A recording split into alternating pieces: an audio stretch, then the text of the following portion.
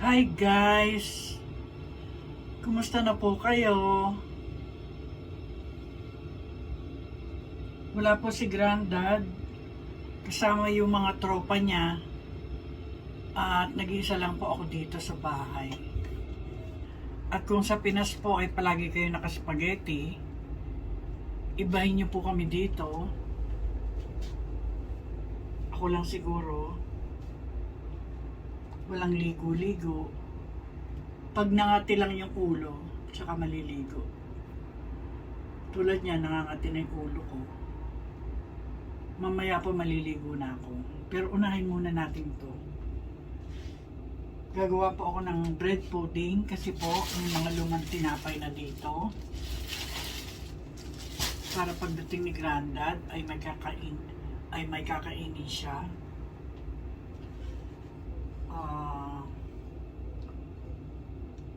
Yun lang, snack lang ang kakainin niya kasi sabi niya, kakain daw sila ng mga tropa niya. So habang wala ang istorbo, gumawa tayo ng magagawa.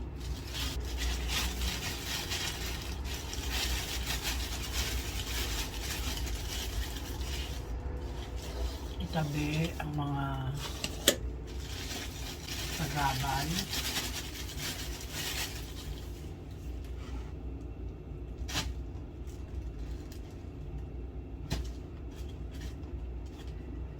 Okay na kaya to?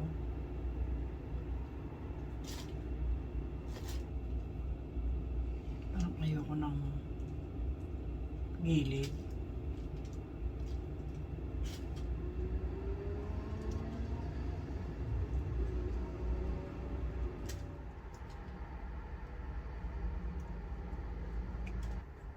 Cut ng maliliit.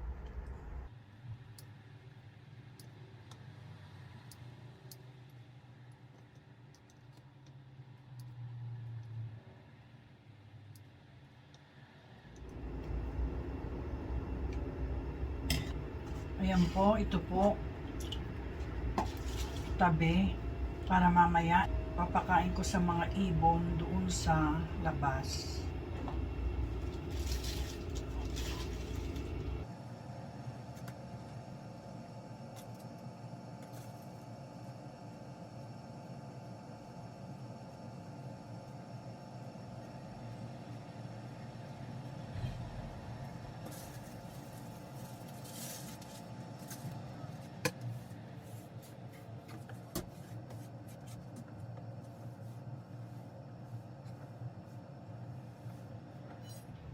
So dito po maglagay ng 4 tablespoon sugar.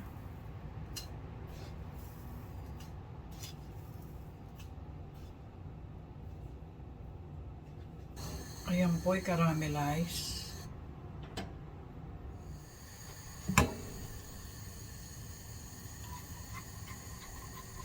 Iwasang masunog. Ilagay dito. Kalat agad.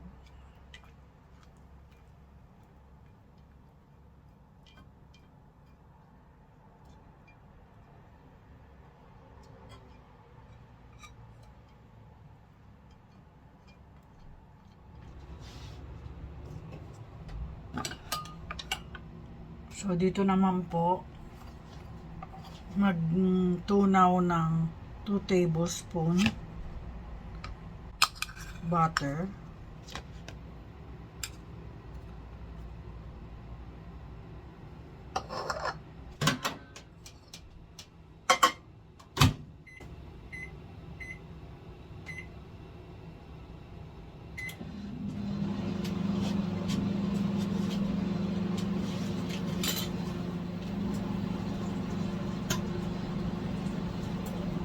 Kung ang putok,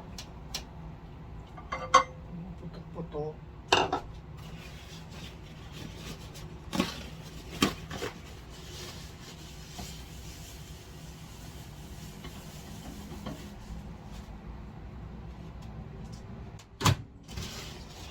Ayan po.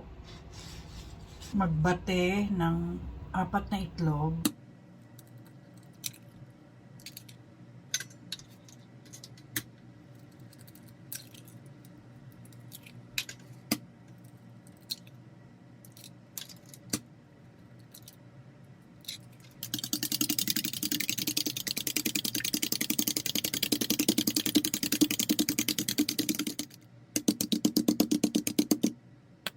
Magbukas ng isang latang evap at isang latang condense.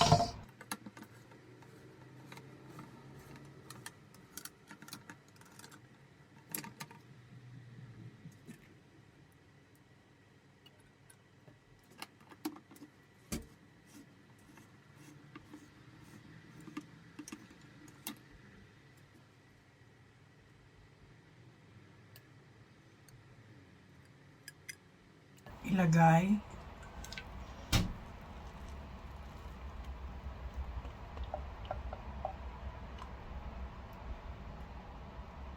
At ang condense.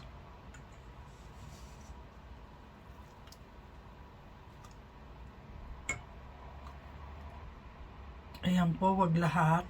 May tinira akong konti. Ayan po, lagyan natin ng ram extract. 1 teaspoon. Para maiba-iba naman.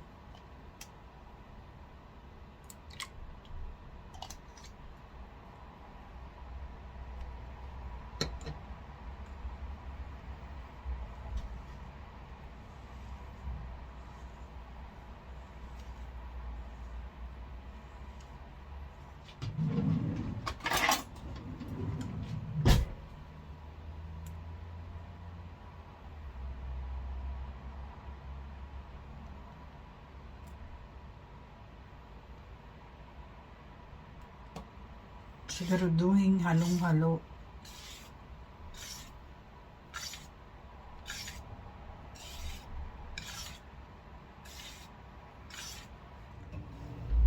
Ilagay ang butter.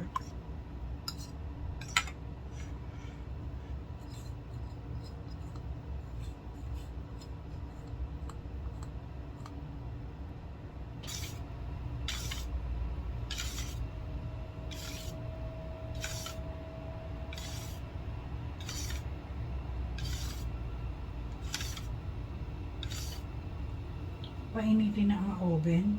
Hindi, mamaya na. Ibababad ko nga pala to. Lagyan ng raisins.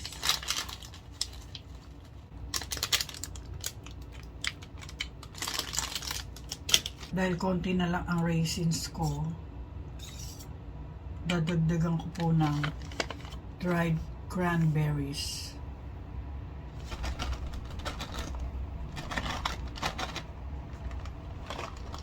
Ayan po.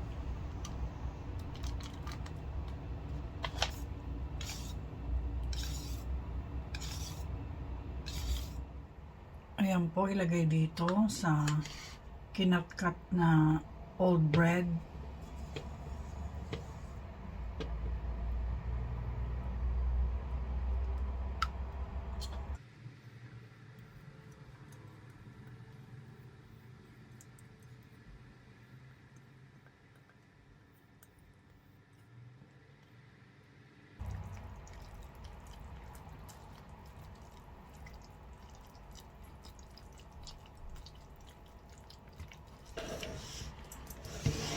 At itabi.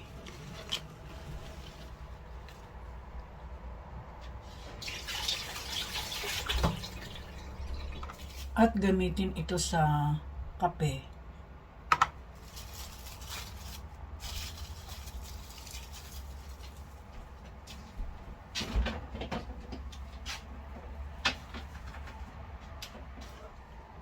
At maghugas ng pinggan. Hindi po masyadong malamig ngayon. Siguro nasa mga 7 degrees. Pero malamig pa rin kung i-compare sa atin.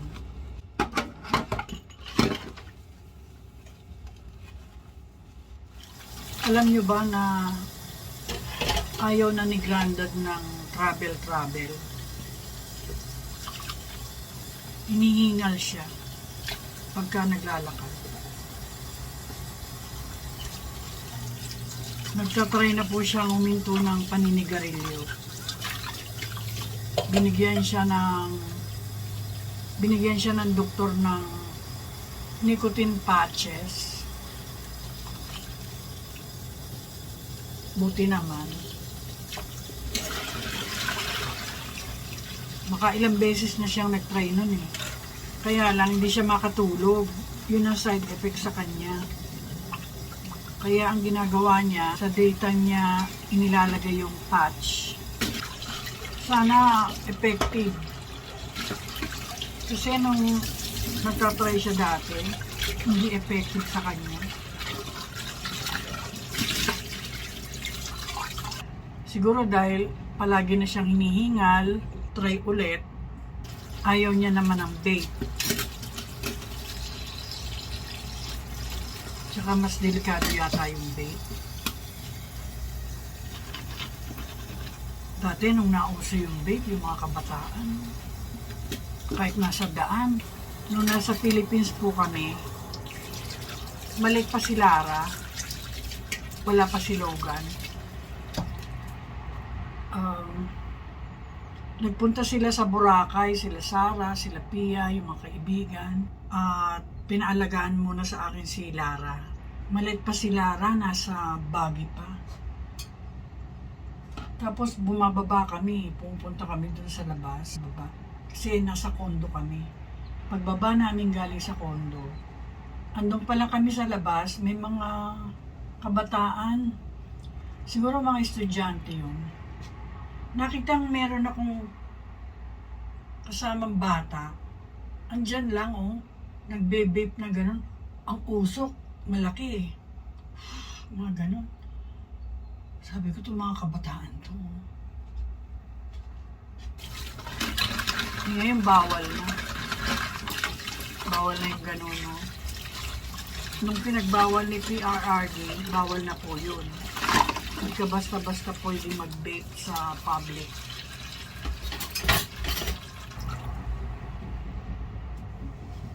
Ang dami nagalit noon, di ba? Nung pinagbawal yung magsigarilyo sa public. Ang dami talagang nainis. Kasi karamihan ng mga nagtatrabaho sa call centers, pagbaba nila, lalabas sila, kakain sila, tapos magsisigarilyo sila.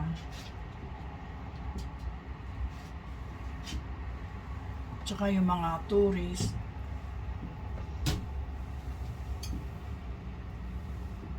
Pero nakasanayan eh. Ngayon. Kaya hirap na hirap si Grandad sa Philippines eh.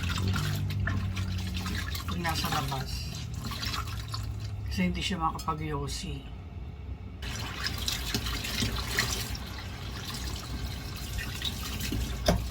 So yan po. Kainin natin yung mga ibon.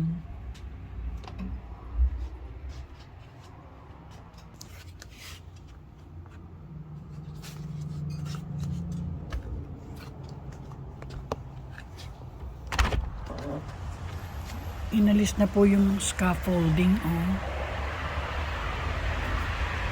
Marami na naman akong wawalisin.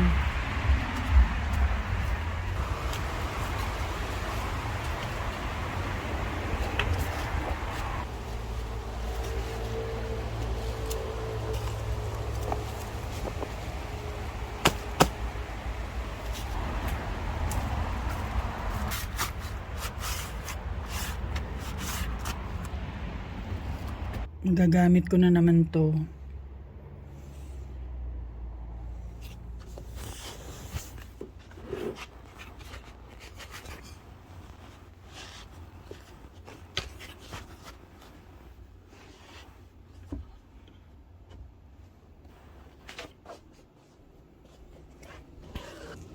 Ayan po, i-preheat na natin ang oven sa 180.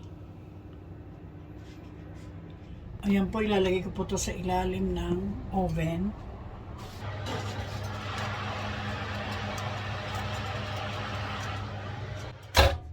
Lalagyan ko po ng Oreo.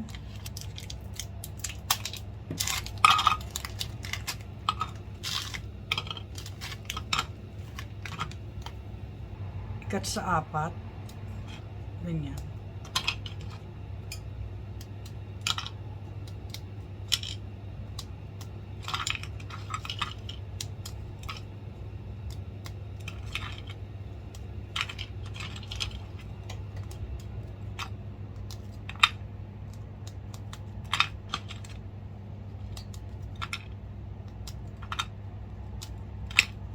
Ayan po.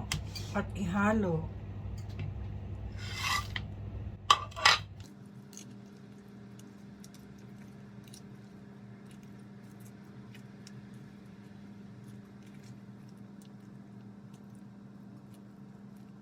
Ilagay agad dito.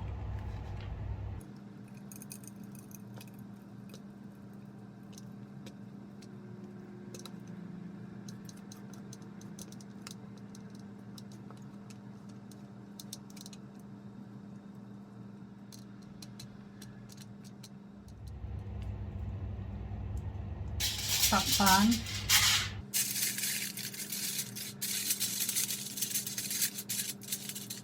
At i-bake ng 40 to 45 minutes.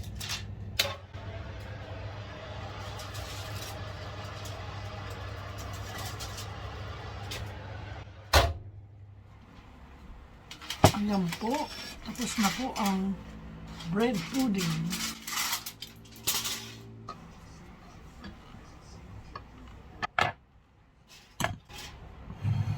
So, ayan po. Palamigin lang. Ayan po, hindi na makapag-intay, oh. Good evening, guys. Welcome to the Gourmet Cafe. We're about to sample the speciality of the day, English bread pudding. Wow.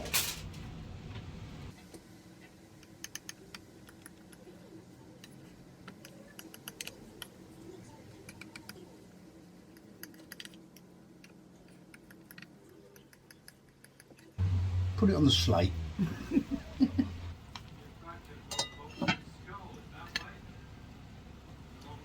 Oh, you might have left it the right way up. It looks better the right way up. I'm just going to taste the speciality of the day.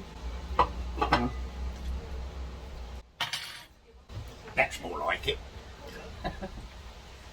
That's mine. That's Mummy Sherry's. You try it first.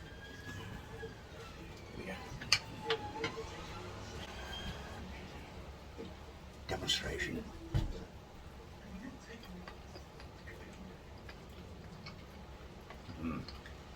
Excellent. Is it really? Yeah. Nice. Very nice. Not too sweet? No. And it's still Warm. slightly warm, which makes it nicer. Anyway, bye-bye, brewers. I'm going to sit in front of the TV with my gourmet bread pudding and enjoy. And belated kind potato. Bye. So guys, ito po yung Oreo. Ayan sa loob. Hindi po natunaw. Sana po gayahin nyo. Till next time. Bye!